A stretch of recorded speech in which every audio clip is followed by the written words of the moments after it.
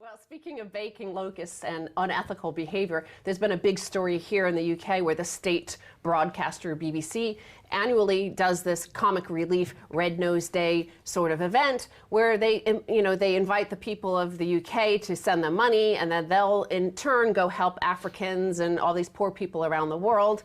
Well, it's been uncovered that not only do they have £100 million in cash that has not been sent to these worthy causes around the world, is they've invested in the likes of BAE and other like alcohol companies, things that are considered unethical investment. And in response, Russell Brand says this: comic relief is run by beautiful, devoted people.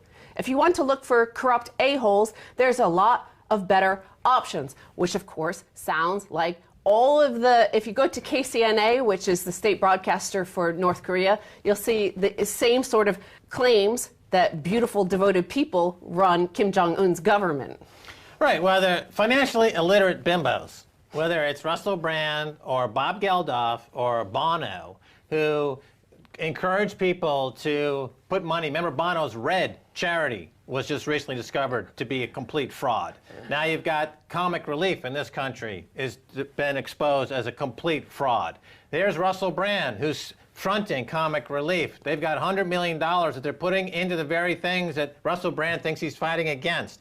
So here's a Bimbo, Russell Brand, on Newsnight recently, trying to explain to Jeremy Paxman why socialism and wealth redistribution is preferred to capitalism, simultaneously fronting a group that's collecting £100 million that's going to go into the very things that kill people. So why doesn't he remake Triumph of the Will, the famous Nazi propaganda film starring Russell Brand? Because that's all he's capable of doing at this point, based on his complete financial illiteracy.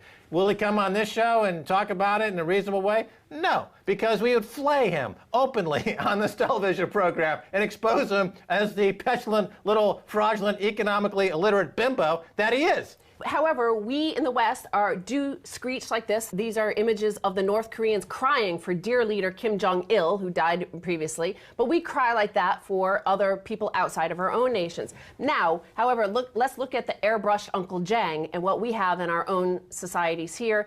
Economic activists, political activists, hacktivists on trial. Prosecutors are warping the law to throw activist hackers like Aaron Swartz behind bars for years. In the years since Swartz's death, a number of other computer hacktivists and whistleblowers have become the targets of the wrath of prosecutors and judges, and they have either gone to jail or facing decades in prison, in one case 105 years. And they look at the cases where people are being sentenced to 100 years. And it turns out that, taken together, the lesson appears to be that computer hacking for social causes and computer hacking aimed at exposing the secrets of governing elites will not be tolerated. The state will come down on such people as hard as it can. And yet, just like Jang, the people allow these activists, these hacktivists, to be airbrushed out and yet cry uncontrollably for the Kim Jong-ils around the world. And there's a natural conflict of interest with the people at Comic Relief who make their money from a copyright cartel that, under Chris Dodd and the MPAA, ended up killing Aaron Swartz, as his father alluded to. What they have no word, whereas Russell Brand on that front, nowhere. Nowhere, Russell. A big silence from you. Thanks, you worthless bimbo. All right, Stacey, we must travel on. Thank you. Have fun in the second half.